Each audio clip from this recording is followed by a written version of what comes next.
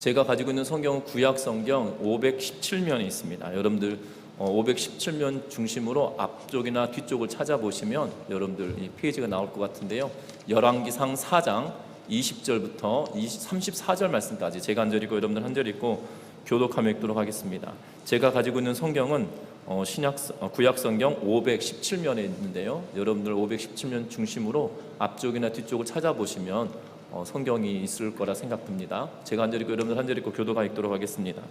유다와 이스라엘의 인구가 바닷가의 모래같이 많게 되매 먹고 마시며 즐거워하였으며 솔로몬이 그 강에서부터 블레셋 사람의 땅에 이르기까지와 애굽 지경에 미치기까지의 모든 나라를 다스림으로 솔로몬이 사는 동안에 그 나라들이 불금을 바쳐 섬겼더라. 솔로몬의 하루의 음식물은 가는 밀가루가 30고루요 굵은 밀가루가 60고루요 살찐 소가 10마리요 초장의 소가 20마리요 양이 100마리이며 그 외에 수사슴과 모루와 암사슴과 살찐 새들이었더라. 솔로몬이 그 강 건너편을 딥사에서부터 가사까지 모두 그 강 건너편의 왕을 모두 다스림으로 그가 사방에 둘린 민족과 평화를 누렸으니 솔로몬이 사는 동안에 유다와 이스라엘이 강에서부터 그의 세발에 이르기까지 각기 포도나무 아래와 무화과나무 아래에서 평안히 살았더라. 솔로몬의 병거의 말 외양간이 4만이요 마병이 12,000명이며 그 지방 관장들은 각각 자기가 맡은 달에 솔로몬 왕과 왕의 상에 참여하는 모든 자를 위하여 먹을 것을 공급하여 부족함이 없게 하였으며 또 그들이 각기 직무를 따라 말과 준마에게 먹일 보리와 꿀을 그 말들이 있는 곳으로 가져왔더라. 하나님이 솔로몬에게 지혜와 총명을 심히 많이 주시고 또 넓은 마음을 주시되 바닷가의 모래같이 하시니 솔로몬의 지혜가 동쪽 모든 사람의 지혜와 애굽의 모든 지혜보다 뛰어난지라. 그는 모든 사람보다 지혜로워서 예스라 사람 메단과 마온의 아들 헤만과 갈굴과 다르다보다 나누고 그의 이름이 사방 모든 나라에 들렸더라. 그가 잠언 3,000가지를 말하였고 그의 노래는 1,005편이며 그가 또 수모에 대하여 말하되 레바논의 백작목으로부터 밤에 나는 수직수까지 하고 그가 아주 짐승과 새와 기어다니는 것과 물고기에 대하여 말한지라. 같이 읽습니다. 사람들이 솔로몬의 지혜를 들으러 왔으니 이는 그의 지혜의 소문을 들은 천하 모든 왕들이 보낸 자들이더라. 아멘. 우리 서로 인사 나누고 말씀 나누겠습니다. 사랑하고 축복합니다.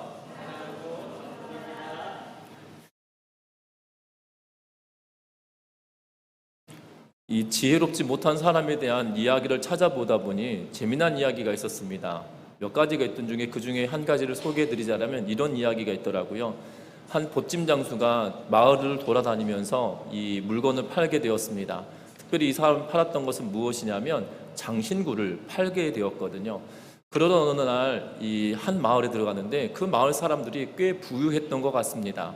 그래서 여인들이 장신구를 사기 위하여 이렇게 나왔는데 어떤 집에서 이렇게 말하는 것이었습니다. 이 장신구를 나에게 파십시오. 내가 다음번 당신이 올 때 내가 그 값을 치르겠습니다. 라고 이야기하면서 장신구를 외상으로 산 것이에요.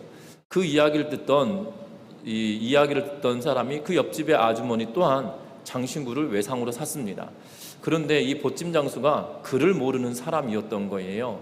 그래서 뭐라고 표시했냐면 첫 번째 이 외상을 가져갔던 아주머니의 집에 감나무가 있는데 감나무에 까치가 한 마리가 있었다는 거예요. 까치 한 마리가 있던 집, 이렇게 기억한 것입니다. 두 번째 이 외상을 가지러 왔던 아주머니는 저 집은 까마귀가 2마리가 앉아 있구나 라고 해서 까마귀 2마리가 있던 집, 이렇게 써놓은 거예요.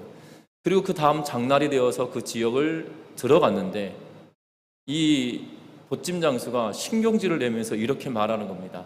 나쁜 사람들 같으니라고 나한테 허락도 받지 않고 이사를 가버렸다고.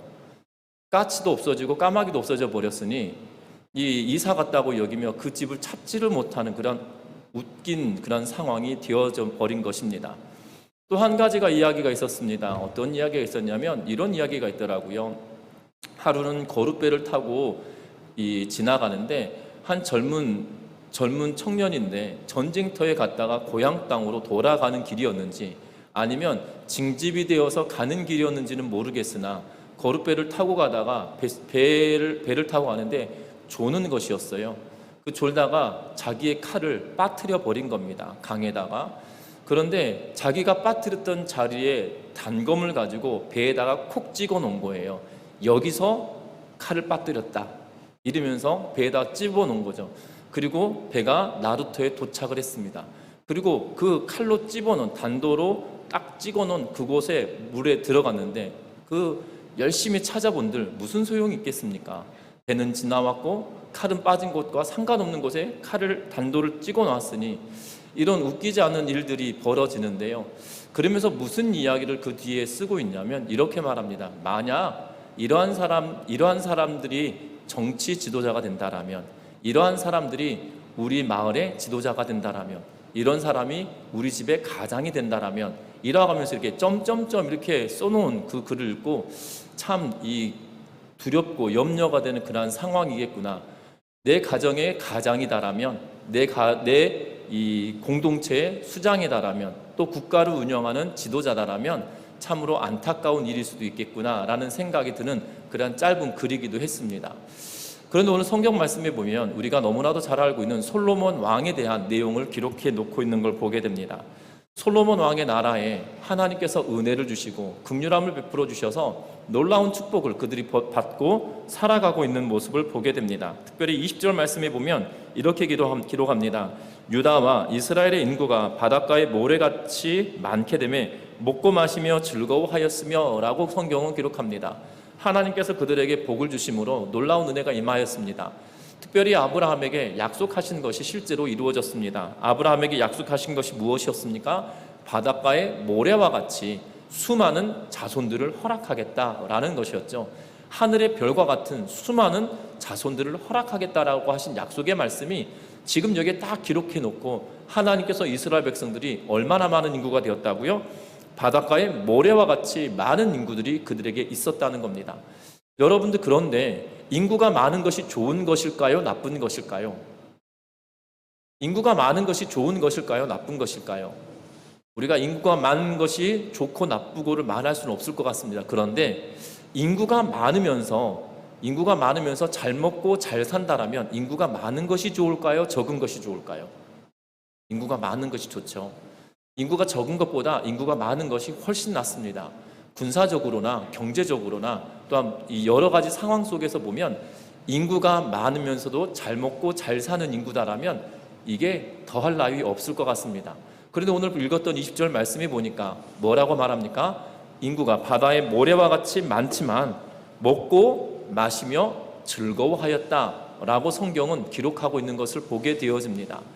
하나님께서 이스라엘 백성들에게, 특히 솔로몬을 통하여 하나님께 그가 지혜를 달라고 간구함으로 말미암아 그에게 지혜를 주시고 하나님의 특별한 은혜로 나라가 더욱더 든든하여져 가며 또한 이 백성들이 많아지고 또한 그곳에 있는 백성들이 먹고 마시며 즐거워할 만큼 여유로운 삶을 살아가고 있음을 성경은 이야기하고 있는 것을 보게 됩니다. 특별히 이 즐거움이 단순히 이스라엘 역사 가운데 이러한 일이 있다라고만 한다라면 그것이 우리와 무슨 상관이 있겠냐는 거죠. 그러나 중요한 것은 이 솔로몬 나라에 깃들어져 있는 하나님의 나라의 모습이 분명하게 보여지고 있다는 사실입니다. 하나님의 나라의 모습이 그들 가운데 보여지고 있고 또한 그들이 하나님의 통치하심을 솔로몬을 통하여 대리되어져서 통치되어짐으로 말미암아 그 땅 가운데 여유로움을 주시고 계신 걸 보게 되는데, 저와 여러분들도 하나님의 통치하심으로 말미암아 저와 여러분들의 인생 가운데도 이러한 하나님의 은혜가 깃들고 하나님의 통치하심으로 말미암아 하나님의 나라가 우리의 심령 가운데 임하여져서 하나님의 능력을 누리며 살아가는 우리 전미중학교의 성도님들 되시기를 부탁드리며 오늘 말씀을 보려고 하는데요. 먼저 읽었던 20절 말씀을 두고 21절 말씀 같이 한번 읽어보겠습니다. 21절 말씀입니다. 솔로몬이 그 강에서부터 블레셋 사람의 땅에 이르기까지와 애굽 지경에 미치기까지의 모든 나라를 다스림으로 솔로몬이 사는 동안에 그 나라들이 조공을 바쳐 섬겼더라. 아멘. 솔로몬이 그 강에서부터라고 이야기합니다. 그런데 그 강이라고 하는 단어에 각주 일 써가지고 여러분 밑에 보시면 유브라데 강이다라고 성경에 기록해 놓고 있습니다. 여기서 그 강이라고 표현한 것은 고대 사본 가운데 유력한 사본은 그 강이라고 쓰고 있고, 또 다른 사본에서는 그 강을 두고 유브라데 강으로 써놓고 있는 유력한 또 다른 사본이 있다는 의미죠. 이 두 강이 똑같은 의미를 가지고 있는 것 같습니다. 그 강이 곧 유브라데 강이다라고 말할 수 있는 것 같은데요. 그런데 유브라데 강에서부터 어디까지냐면 애굽에 이르기까지, 블레셋 사람의 땅을 지나서 애굽의 지경에 이르기까지 솔로몬의 영향력이 미쳤다라고 이야기하고, 그곳이 다 무엇이다라고 이야기합니까? 솔로몬이 다스리는 지역이었다라고 말하고 있는 걸 보게 됩니다. 그러면서 솔로몬이 사는 날 동안에는 그 안에 이 유브라데 강으로부터 시작하여서 애굽에 이르기까지 이스라엘을 제외한 모든 나라들, 아시리아, 바산, 그리고 모압, 암몬, 에돔에 이르기까지 모든 나라들이, 또한 블레셋에 이르기까지 조공을 바치는 그러한 상황이 되었음을 이야기하고 있는 것을 보게 됩니다. 분명한 것은 그 조공의 조공을 바치게 되어졌다는 것이고요. 그 나라의 평화가 깃들고 있는 것을 분명하게 말씀해 주고 계시는 것을 보게 됩니다. 중요한 것은 모든 백성들에게 하나님께서 풍요로움을 허락하여 주시고 솔로몬의 영향력이 있다라면 그 영향력 아래 있는 모든 이들은 평안함을 누리는 그러한 삶을 살아가고 있다는 겁니다. 특별히 20절에 읽었던 것처럼 인구가 많아졌다, 그리고 먹고 마시며 즐거워하였다라는 것은 솔로몬의 통치의 영역 가운데 들어가 있는 이들에게 다 허락되어져 있는 것이라는 거예요.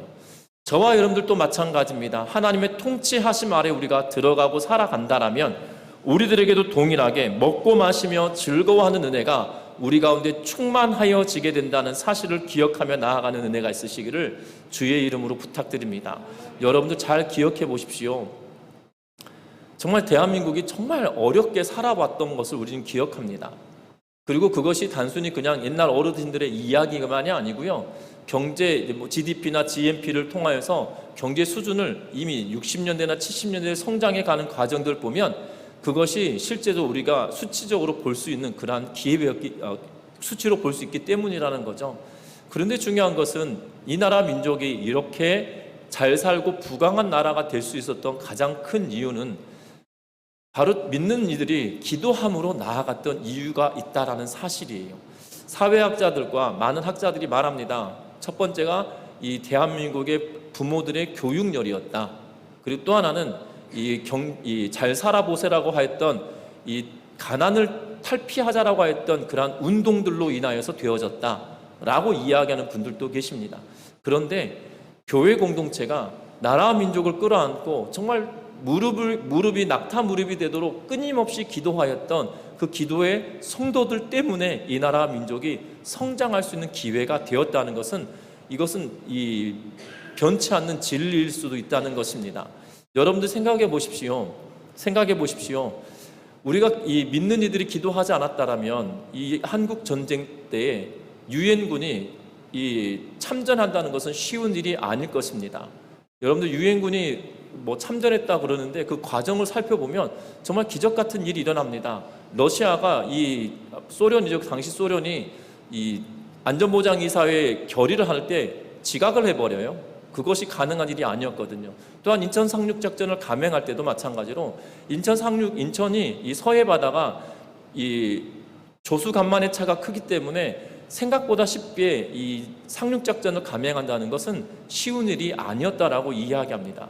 그것은 제 이야기가 아니라 학자들의 이야기고 전쟁사를 이야기하는 분들의 말씀이기 때문이죠. 그런데도 불구하고 기적 같은 일이 벌어졌다는 거예요. 또한 이 나라 민족이 그것뿐만 아닙니다. 또한 차관을 빌려올 때도, 또한 차관뿐만 아니라 독일로, 광부로, 또한 간호사들이 파독되었을 때도 그것이 생각처럼 쉬운 일들이 아니었음에도 불구하고 하나둘씩 풀려갔던 이유는 기도하였던 사람들의 힘이 하나님께서 보이지 않는 손으로 이끄시고 도우셨기 때문에 가능하였음을 우리는 보게 된다는 거죠. 또한 여러분들 각각의 개인의 삶을 한번 살펴보십시오. 여러분들 개인의 삶을 살펴보면 내가 참으로 어렵고 힘들었을 때가 있었는데 지금 돌이켜보면 그때와 지금을 비교해보면 우리의 삶이 달라져 있는 것을 우리는 경험하게 되어집니다. 그 이유가 무엇일까요? 첫 번째 이유는 여러분들이 기도하는 삶을 살아왔기 때문이라는 거고, 하나님의 통치하심 아래 여러분들이 거하였기 때문에 그 통치하심이 우리들에게 평안함과 부유함을 허락하여 주셨음을 우리는 믿고 나아가시기를 주의 이름으로 부탁합니다. 뿐만 아니라 지금도 내가 하나님의 통치하심을 바라고 이후에도 하나님의 통치하심을 갈망하며 살아가는 은혜가 있으시기를 주의 이름으로 부탁드립니다. 그렇게 되어지지 않는다라면 아무런 의미가 없다는 거죠. 특별히 솔로몬, 특별히 놀라운 것은 무엇이냐면 22절 말씀과 우리 22절 말씀 한번 보겠습니다. 22절 말씀입니다. 솔로몬의 하루의 음식물은 가는 밀가루가 30고루요 굵은 밀가루가 60고루요 살찐 소가 10마리요 초장의 소가 20마리요 양이 100마리며 그 외에 수사슴과 노루와 암사슴과 살찐 새들이었더라. 아멘. 여러분들 솔로몬이 하루에 먹는 음식물이, 그러니까 여러분들 솔로몬이 대식가인 것 같습니다. 대식가인 것 같아요. 왜냐하면 얼마나 많이 먹냐면 가는 밀가루가 30고루, 굵은 밀가루가 60고루라고 이야기합니다. 고운 가루 30고루와 굵은 고루가 60고루가 대략 어느 정도 되냐면 33,000리터예요. 33,000리터인데 이것을 가루이기 때문에 무게가 정확하게 말할 수 없겠지만 33,000리터를 물로 따져보면 33,000kg이거든요. 그러니까 여러분들 페트병을 따지면 2리터짜리 페트병을 따지면 얼마나 많은 숫자가 되냐면 16,500병이 하루에 먹는 밀가루 양이었어요. 그러니까 PT병 2리터짜리 여러분들 마트에 가시면 6개들이 큰 거 있잖아요. 그 6개들이로 하면 안 되겠죠. 하나가 2리터짜리인데 그게 16,500병을 쓰는 양이었다는 거예요. 그것뿐만 아니라 소가 얼마나 사용됩니까? 하루마다 매일이에요. 소가 10마리, 초장의 소를 20마리, 양을 100마리 잡습니다. 그리고 사슴, 노루, 암사슴, 살찐 새, 여기서 살찐 새는 먹을 수 있는 조류들을 말하고 있는 것 같아요. 뭐 닭이나 오리들, 이러한 것들을, 뭐 거위나 칠면조 이런 것들을 말하고 있는 것 같은데요. 하루에 먹는 양입니다. 여기서 제가 대식가라고 말했던 이유가 느껴지시겠죠? 그런데 여기서 솔로몬이 먹었던 양이 아니라 솔로몬과 함께 하고 있는 일들이 사용하였던 하루의 양의 양인 거예요. 얼마나 부유했을까요? 여러분들 그런데 잘 보셔다시피 이 23절, 22절을 말할 때 뭐가 강조되어져 있어요? 20절 말씀이 강조되어져 있어요. 인구가 많습니다. 근데 먹고 마시고 즐거워하고 있어요. 그리고 솔로몬에게 그것을 주고 있어요. 이렇게 지난주에 우리가 보았던 말씀에 지방을 12지방으로 나누었다라고 말씀을 드렸어요. 12지파가 아니라 12지방으로 나누었어요. 그리고 12지방을 나눈 이유가 뭐였습니까? 한 달에 한 번씩 그 양식을 되도록 한 지역이 1년에 한 번씩 짐으로 12달을 각각 나누어서 하도록 한 거예요.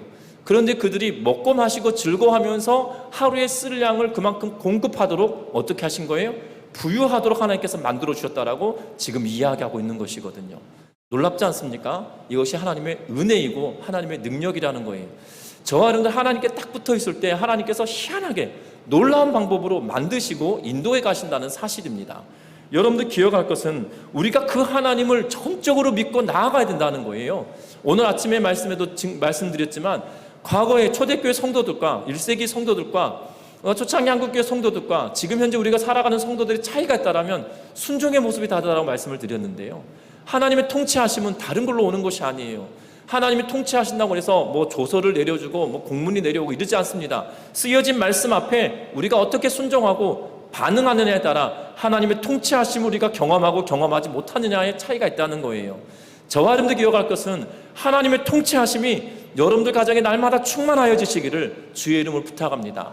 이것이 순종의 자리로 여러분들이 나아갈 때 하나님의 통치하심이 더욱더 확연하게 경험되어지게 된다는 거예요. 그래서 저와 여러분들이 하나님의 통치하심을 경험함으로 말미암아 하나님께서 부어주시는 풍요로움을 누리며 살아가는 우리 전미중학교의 모든 성도님들 되시기를 주의 이름으로 부탁드립니다. 뿐만 아닙니다.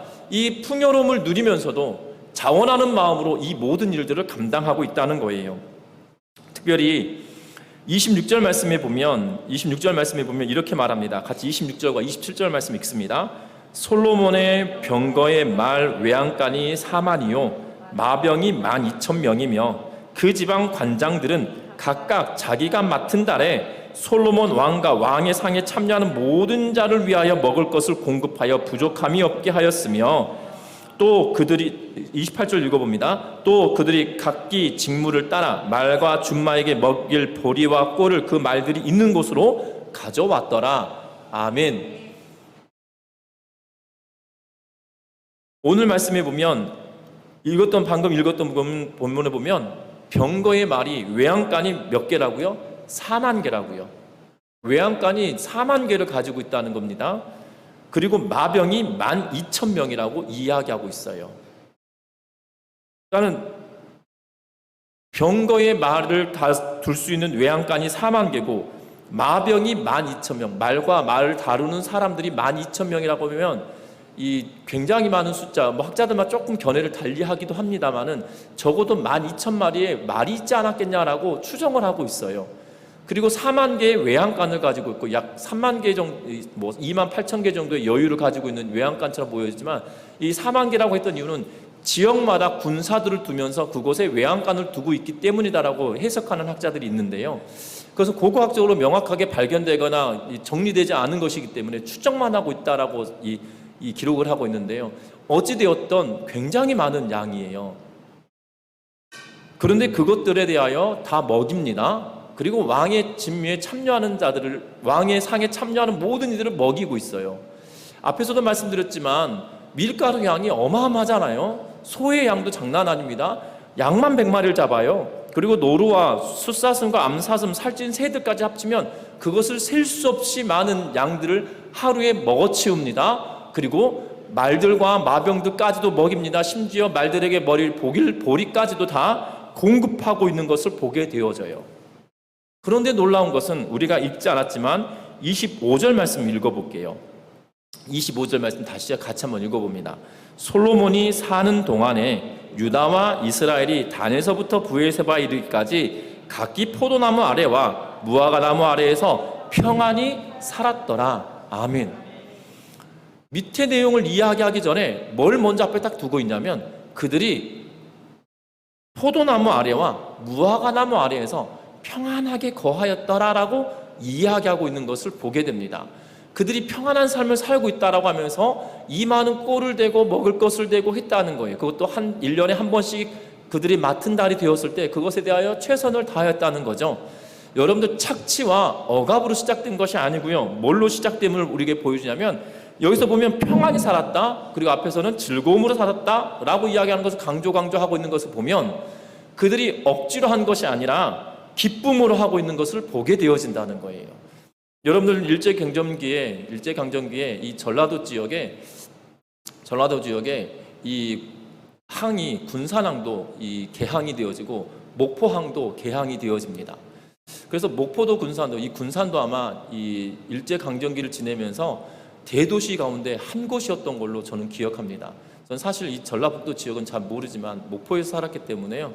그렇다고 해서 목포에서 오래 산 것도 아닙니다. 제가 초등학교 2학년 때 목포로 내려가서 고등학교 졸업하고 목포를 떠났기 때문에 약 10년 정도밖에 살지 않았지만 그때마다 학교 선생님들이 하셨던 말이 뭐냐면 목포는 전국 6대 도시 중에 하나였다. 맨날 그렇게 이야기하셨어요. 그러면서 뭐라고 이야기하냐면 예향의 도시다라고 말씀을 하셨어요. 예술과 음악을 즐기는 그러한 지역이었다. 그리고 과거에는 이 전국에서 한복을 맞추려면 목포로 내려왔다는 거예요. 왜냐하면 이 전국 6대 도시 중에 하나인데 예향의 도시여서 바느질을 잘하는 분이 그렇게 많았다고 제가 확인한 건 아닙니다. 제가 학교 다닐 때 학교 선생님들이 그렇게 말씀을 하셨어요. 그러니까 선생님이 뭐 거짓말을 하시겠나 싶은 생각이 듭니다만은 지금 생각해봐도 제가 그 나이 때였으면 그렇게 정보가 있었을까 싶은 생각이 드는데 하여튼 간에 선생님의 말씀이니까 그냥 믿고 여러분들에게 말씀을 드립니다. 그래서 목포에서 한복을 해 입으면 동네에서 좀 잘 나간다, 좀 부유한 사람이다라고 여길 만한 그러한 그 바느질의 이 솜씨를 가진 분들이 많았다라고 말씀을 하십니다.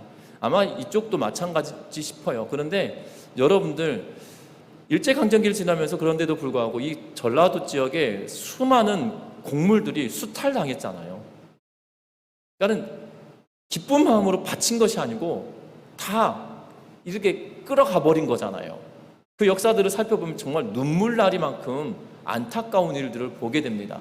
특별히 토지라고 하는 책을 보면 이 전라북도에 관계되어 있는 그러한 배경을 가지고 있지 않습니까? 그러다가 배경이 용정으로 가는 뭐 중국과 북한의 경계선 지역으로 올라가게 되는데, 하여튼간에 토지라고 하는 책을 보면 그 수탈의 역사는 정말 눈물을 흘릴 수밖에 없는 그런 상황이었던 걸로 보여진다는 거죠. 그런데 지금 이스라엘 백성들은 그렇지 않다는 거예요. 여러분, 하루 먹는 양 진짜 어마어마하지 않습니까? 하루에 먹는 양이 어마어마하고 짐승도 하루에 먹는 양이 어마어마할 것 같아요. 제가 말을 키워보질 않아서 잘 모르겠으나 말 12,000마리를 먹이는 양이 쉬울 것 같지는 않다는 생각이 듭니다. 보리의 양도 꼴의 양도 만만치 않을 거라 생각이 들어져요. 그런데 그것을 한 달 동안 한 지역이 책임을 집니다. 그러니까 12지역에 한꺼번에 모아서 분배해가지고 먹인 것이 아니라 한 달 동안 그냥 책임을 지는 거예요. 아침, 점심, 저녁으로 책임을 지는 거예요. 그것이 부담이 되고 힘들 것임에도 불구하고 뭐라고 하냐면 성경은 자원하는 마음으로 기쁜 마음으로 하고 있는 것처럼 암시하고 명확하게 보여주고 있다는 거죠. 포도나무 아래 그리고 무화과나무 아래 평안히 살았다라고 표현하고 있는 것은 여유로움을 이야기하고 있다는 사실이에요. 여러분들 이 예수님께서 니고데모를 만나실 때, 니고데모가 아니죠. 예수님께서 요한복음 2장에 가서 보면 빌립을 통하여 제자 한 명을 부르는 모습을 보게 됩니다. 그때 어디에 있다고 합니까? 무화과나무 아래 있을 때부터 내가 알아보았다라고 말씀하고 계시는 것을 보게 됩니다. 여러분들 먹고 살기 힘들면 사색이라는 것을 할 수가 없어요. 여러분들 생각해 보십시오. 정말 24시간 시간을 쪼개고 이 1분 1초를 쪼개가면서 이 생활을 해야 되는 그런 상황에 놓여 있다라면 여러분들 나무 아래서 쉴 만큼 여유가 있지 않아요. 그렇지 않습니까? 그런데 오늘 성경이 보니까 포도나무 아래, 무화과나무 아래 평안히 지냈단 말은 그들이 여유가 있어서 쉬면서 일을 감당하도록 되어졌다는 거죠. 그럼에도 불구하고 그것이 슬픔거나 억압으로 뺏기는 것이 아니라 수탈당한 것이 아니라 기쁜 마음으로 자원하는 마음으로 그들이 그것을 드러내고 있는 것을 보게 된다는 거예요. 여러분들 기억하셨으면 합니다. 하나님께서 그들에게 부어주심으로 말미암아 부유하게 되어졌고, 그 부유함으로부터 그냥 끝나는 것이 아니라 그 부유함으로 말미암아 그들이 자원하는 마음으로 다시금 섬기고 있는 그런 모습을 보게 되어진다는 겁니다. 세상의 나라는 수탈과 강탈로 말미암아 빼앗기지만 하나님의 나라에서는 그렇지 않다는 거예요. 하나님이 통치하시는 그 나라에서는 철저하게 자원하는 마음으로 모든 것이 이루어지고 있던 것을 우리는 기억해야 합니다. 교회 공동체도 마찬가지죠. 하나님의 통치하심을 경험하는 교회 공동체는 어떠한 일이 벌어집니까? 자원하는 사람들이 엄청나게 늘어나는 것을 보게 되어져요. 그런데 교회 공동체 안에 하나님의 은혜가 떨어져 버리고 하나님의 통치하심으로부터 멀어져 버리면 어떤 일이 벌어지냐면 자원하지 않으려고 합니다. 그리고 애쓰려고 하지 않아요. 그리고 하나님께서 기뻐하신 것이 무엇일지 그것에 초점을 맞추지도 않습니다. 어떻게 하면 내가 이 상황을 모면할까? 여기에 더 관심을 두게 되어지죠. 여러분들 기억할 것은 저와 여러분들 가정과 우리 전미중앙교회가 하나님의 통치하심이 그치지 아니하도록 저와 여러분의 순종의 자리에 날마다 가기를 바라고, 또한 하나님의 통치하심을 경험함으로 말미암아 자원하는 심령들이 더욱더 늘어날 수 있으시기를 주의 이름으로 부탁드립니다.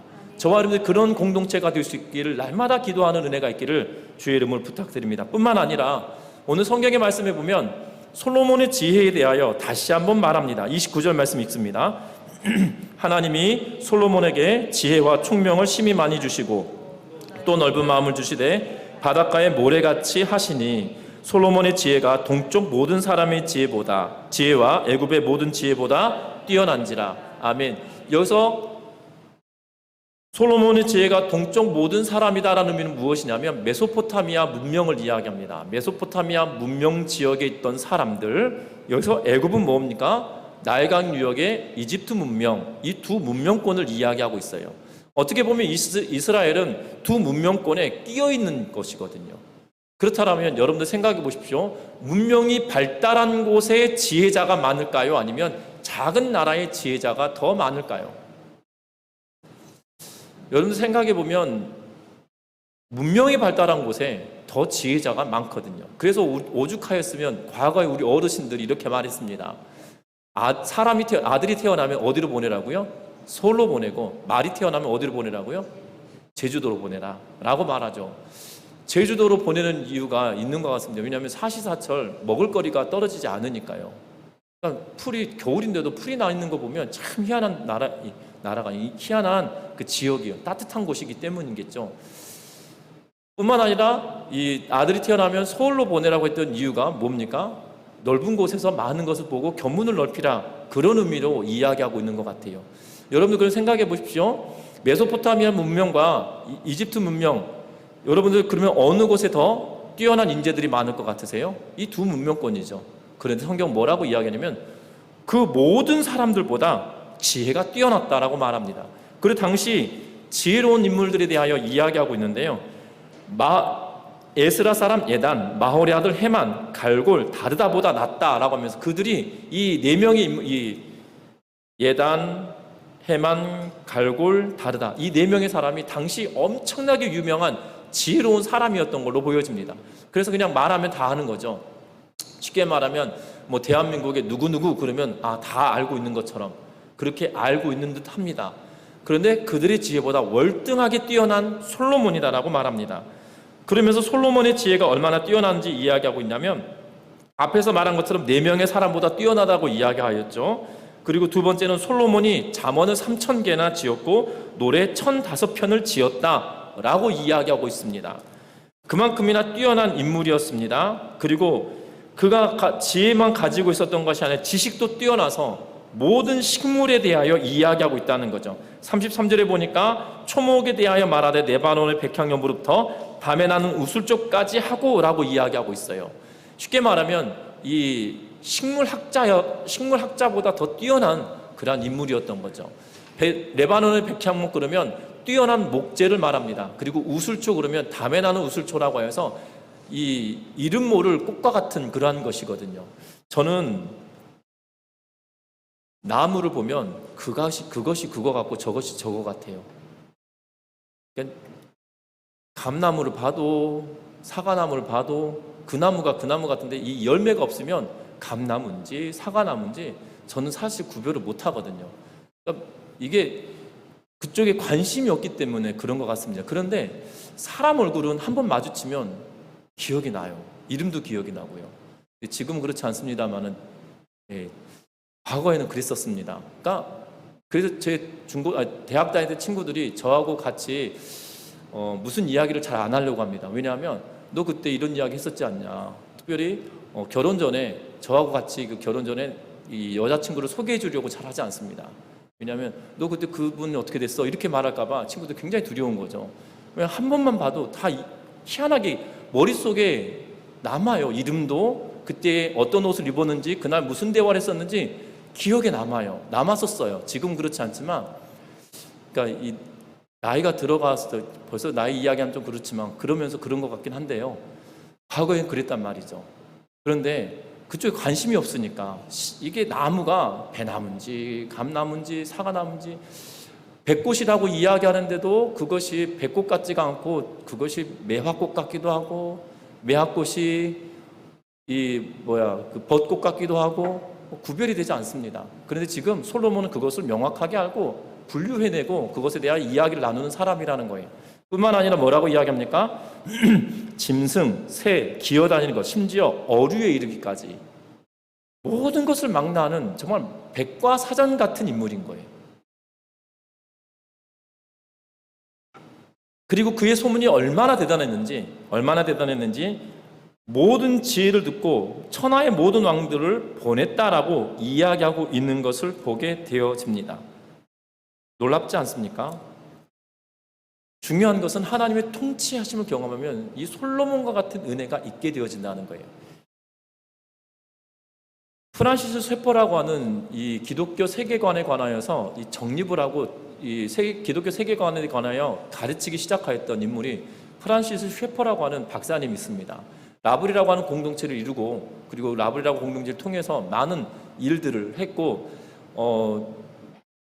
제가 대학 다닐 때 이 프란시스 셰퍼 책을 읽지 않으면 기독 청년이라고 말하기는 어렵다라고 이야기할 만큼 많이 읽혔던 책들 가운데 이 저자이기도 합니다. 근데 그의 아들이 프랭키 셰퍼라고 하는 그의 아들이 뭘 썼냐면요, 창조에 관한, 이 문화에 관한 책을 썼습니다. 그런데 그가 뭐라고 이야기하냐면, 이 아담과 솔로몬을 비교하면서 뭐라고 이야기하냐면, 솔로몬에게 하나님이 아담과 같은 지혜를 주셨다라고 표현을 해요. 그 이유를 바로 여기서 두고 있거든요. 열왕기상 4장 말씀을 두고, 아담에게 하나님께서 모든 식물의 이름을 다 지어주었잖아요. 또한 모든 생물의 이름을 아담으로부터 기인하고 있는 것을 보게 됩니다. 솔로몬에게 아담 같은 지혜를 주셔서 그로 하여금 융성케 하셨다라고 말하고 있어요. 그러면서 이 프랭키 셰퍼가 뭐라고 이야기하고 있냐면, 하나님을 믿는 하나님의 백성들에게 하나님께서 창조의 능력을 부여해 주셨다는 거예요. 그런데 하나님께서 창조의 능력을 부여하시고 솔로몬에게 주신 지혜의 근원 되신 분이 우리의 하나님이신데, 문화 사역을 하는 사람들이 그것을 배제해 버린다는 거죠. 그러면서 뭐라고 이야기하냐면, 하나님이 문화 속에 역사하도록 내가 재능 있고 관심 있다라면 하나님을 의지하면서 그곳으로 뛰어들어와라라고 말하고 있는 것을 보게 됩니다. 여러분들, 놀라운 것은요, 하나님께서 문화 속에서도 역사하도록 하나님이 일을 하시는데 창조의 지혜를 부여하시면서 재능 있는 자들에게 허락하신다는 거예요. 그러면서 제가 어린 나이, 제 아이들이 어렸을 때 제 아내와 이야기하면서 제 아내가 이렇게 물어볼 때가 있었습니다. 딸들이 탤런트 한다고 그러면, 연기한다고 그러면 어떻게 할 거냐고 물어본 적이 있어요. 그냥 지나가면 웃으면서 이야기하는데, 뭐 못할 게 뭐 있어, 하나님께서 지혜 주시고 재능 있으면 하면 되지. 그런데 나 닮았으면 인물은 안 될 것 같고, 뭐 주인공은 못 할 것 같고, 뭐 이러면서 이제 우스갯소리로 이야기했던 기억이 납니다. 근데 어떤 환경에 있든지 간에 그 문화가, 연예계의 문화가 뭐 세상 말로 하면 저속하다 표현을 한다 할지라도, 중요한 것은 하나님께서 주신 사명이나 마음이 있다라면 그 어느 곳에 가도 주어진 창조의 능력으로 행해야 될 일들이 분명히 있다는 거죠. 프랭키 셰퍼는 그렇게 말하고 있거든요. 하나님의 백성들이 문화로 등지지 말라라고 이야기하고 있는 걸 보게 됩니다. 오늘 이 성경에 보면 솔로몬은 그 시대의 문화를 주도하고 있는 걸 보게 되어져요. 수많은 나라들이 솔로몬의 지혜를 얻기 위하여, 솔로몬이 하고 있는 것을 위하여서 따라가고 있는 것을 보게 되거든요. 그리고 솔로몬이 하는 것이 마치 이 인류 문명사의 가장 위대한 것인 것처럼 여겨지는 시대가 되어졌음을 우리에게 보여주고 있어요. 자금에는 이 BTS 때문에 정말 엄청난 이야기가 회자됩니다. 심지어 BTS 때문에 국뽕이라고 하면서 우리가 스스로 이렇게 국민적인 자존감이 높아졌다 이렇게 이야기할 만큼 되어지고 있거든요. 얼마 전 미국에서 있었던 이 11월 말부터 12월 초까지 있었던 이 공연 때문에 엄청난 이슈가 되어졌고, 지금도 계속 그 이야기가 회자되고 있는 것을 보게 됩니다. 분명한 것은, 그러면서 세계 사람들이 한국의 문화에 대해서 심취해지고 있다, 넷플릭스의 드라마들 통해서 심취하고 있다 이러는데요. 중요한 것은 믿는 이들이, 예수 그리스도의 복음을 가지고 살아가는 사람들이 재능과 능력이 있다라면 문화를 이끌어갈 능력을 하나님께서 분명하게 주신다는 거예요. 그런데 그것을 등져서 되지 않는다는 거죠. 저와 여러분이 기억할 것은, 솔로몬이 그 시대에 가장 유행의 첨단을 가고 있었던 사람이다라고 우리에게 말합니다. 무엇을 말합니까? 모든 지식을 가지고 있었던 이고요, 세상의 모든 지혜를 가지고 있어서 소문을 들은 천하 모든 왕들이 솔로몬에게 그 지혜를 듣기 위해서 왔다라고 이야기하고 있어요. 문화를 선도하며 그들에게 문화를 이끌어갈 수 있도록 그들에게 솔로몬에게 지혜를 주셨다고 성경은 말하고 있거든요. 여러분, 이것이 솔로몬의 능력일까요? 성경은 그렇게 말하지 않습니다. 성경은 뭐라고 이야기하냐면, 우리가 앞에서도 읽었던 것처럼 하나님이 29절에 하나님이 솔로몬에게 지혜와 총명을 심히 많이 주셨다라고 성경은 이야기하고 있기 때문이에요. 저와 여러분, 이 땅의 삶을 살아가면서 하나님의 통치하심 앞에 있다라면, 이 땅 가운데 삶을 살아갈 때 우리가 부유함도, 자원하는 마음도, 세상의 문화 속에서도 하나님께서 주신 지혜로 이 모든 것을 이끌어가게 되어질 것을 기대하면서 나아가는 은혜가 있기를 주의 이름으로 부탁합니다. 그런데 우리가 하나님의 통치하심 앞에 들어가지 않으니까 문제가 있는 거예요.